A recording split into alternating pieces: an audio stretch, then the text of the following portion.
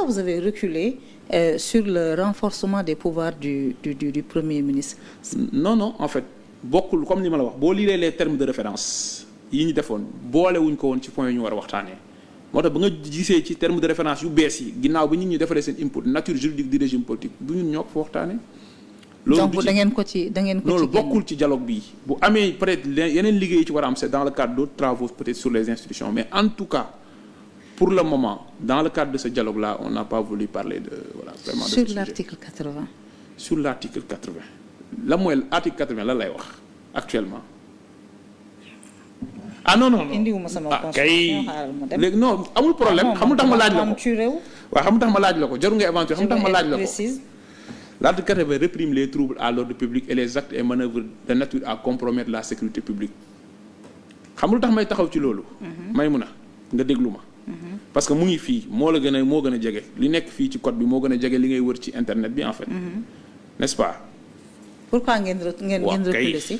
parce que beaucoup parlent de l'article 80 et je profite de cette antenne parce que c'est une. alors mu ne l'article 80 du code pénal sénégalais concerne plusieurs aspects du droit pénal mais il est souvent associé à des dispositions concernant la sécurité publique et la criminalisation d'actes compromettant la paix sociale. Il peut également être interprété comme un délit d'atteinte à l'ordre public incluant des actes qui pourraient troubler la tranquillité et le bon fonctionnement de la société. Je vais lire le premier alinéa, pas tout l'article.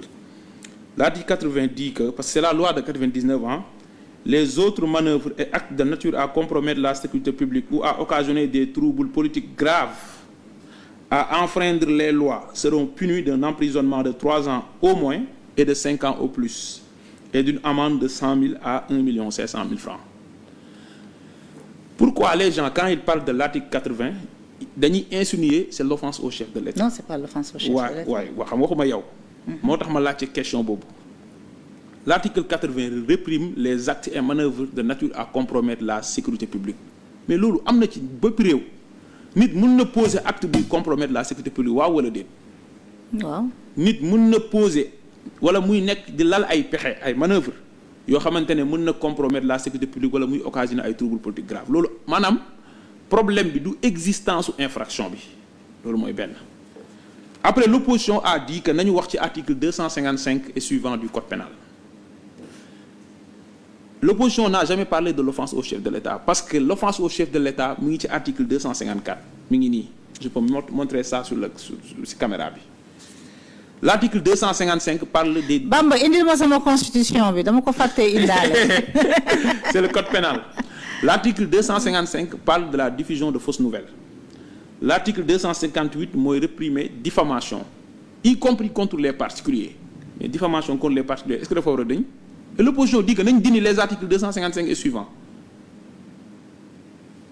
kon d'abord fi may njëkkee mooy y a eu une imprécision laconique en ce qui concerne la proposition de l'opposition sur les articles 80 les articles 254 et suivants loolu mooy benn.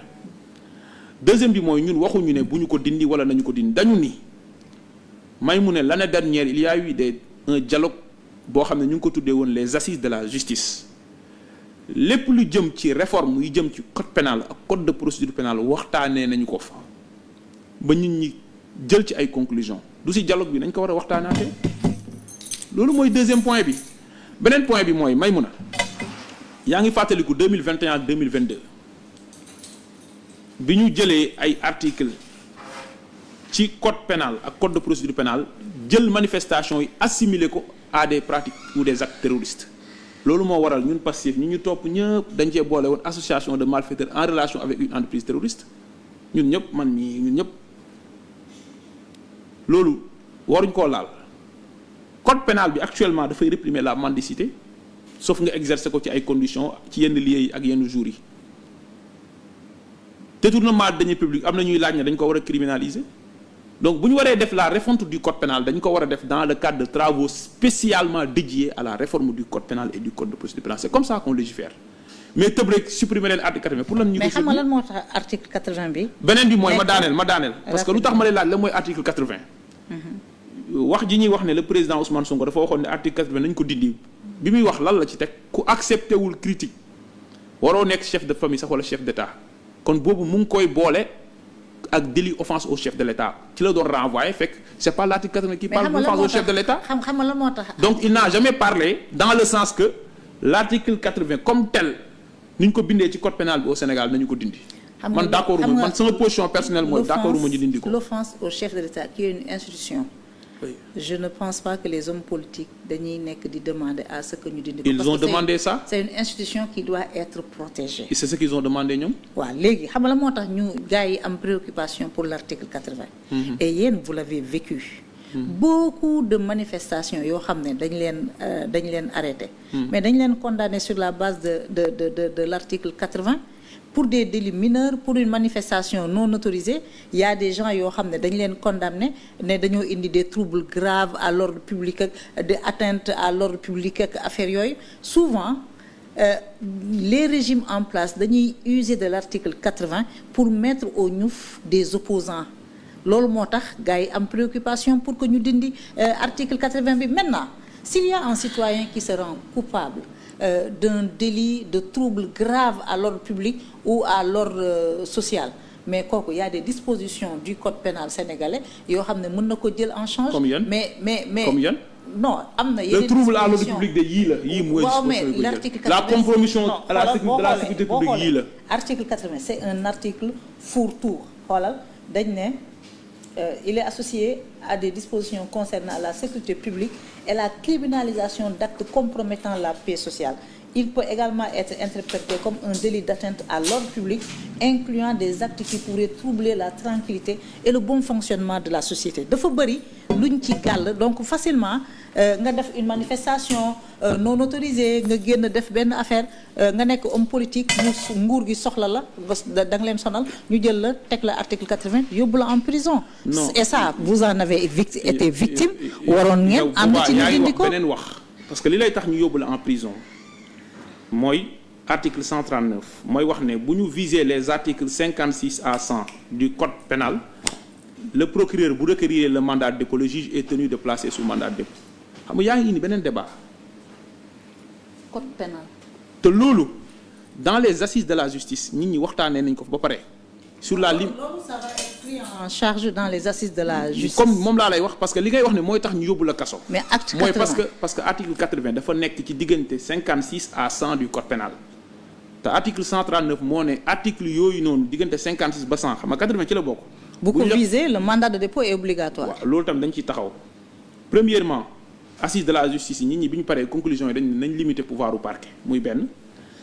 deuxième bi mooy en réalité le juge d'instruction n'est jamais tenu amul juge bu xam ne il est tenu de rendre une décision dans un sens.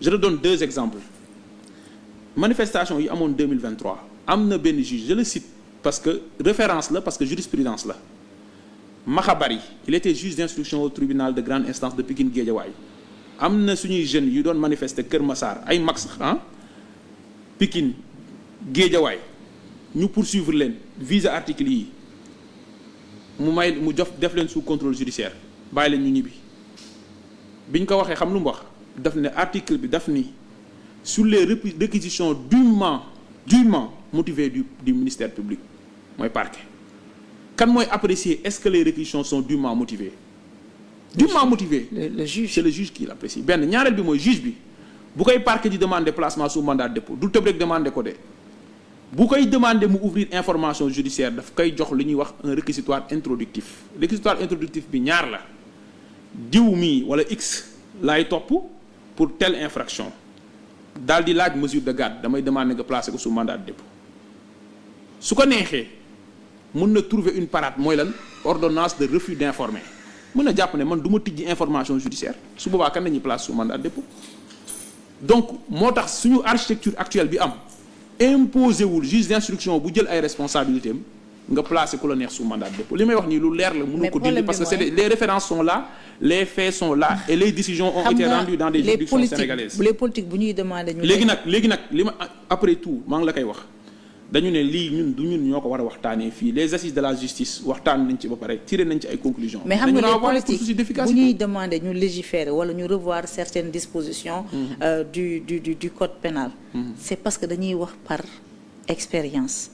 Et ce qui est étonnant mooy Pastef a vécu cette expérience-là et aujourd'hui Pastef renvoie la balle, assise de la justice jeex na, les conclusions ont été déposées fi mu nekk ni début de mise en œuvre la ñuy xaar gisaguñu sax début de mise en œuvre mais loolu non am na début de mise en œuvre ça touche les politiques. projet bi ñuy waaj a déposé projet de loi sur l'instauration du juge des libertés et de la détention. mais dafa yéex. waaw non waaw loolu beneen commentaire xam nga loolu parce que assise de la justice nañ waxtaanee ba gis ne parquet dafa bëri ay pouvoir pour protéger les libertés ñu instaurer juge des libertés et de la détention ñun bu ñuy renvoyer en tout ce qui concerne disposition du code pénal et du code de procédure pénale aux assises de la justice parce que xam nañ ne lañ fa waxtaanee ci point yooyu moo gën a xóot fuuf ci ay politiciens yoo xam ne nekk nañ fi 24 ans ñii 12 ans nañ def ci pouvoir Abdoulaye Wade defaat année yu bëri ci pouvoir Macky Sall ñenn ñi def nañ 12 ans ci Macky Sall te musuñu koo laal taxaw fii tey parce que arrangé wu leen ñu ne dañ koy laal ñun duñ topp tontu ci loolu. parce que arrangé wu leen non parce que assises yi waxtaanee nañ ko ba pare. waa léegi dañ leen war a topp seen i bëgg-bëgg. xam nga te bi ñu fiy toog ñoom musuñ ko def.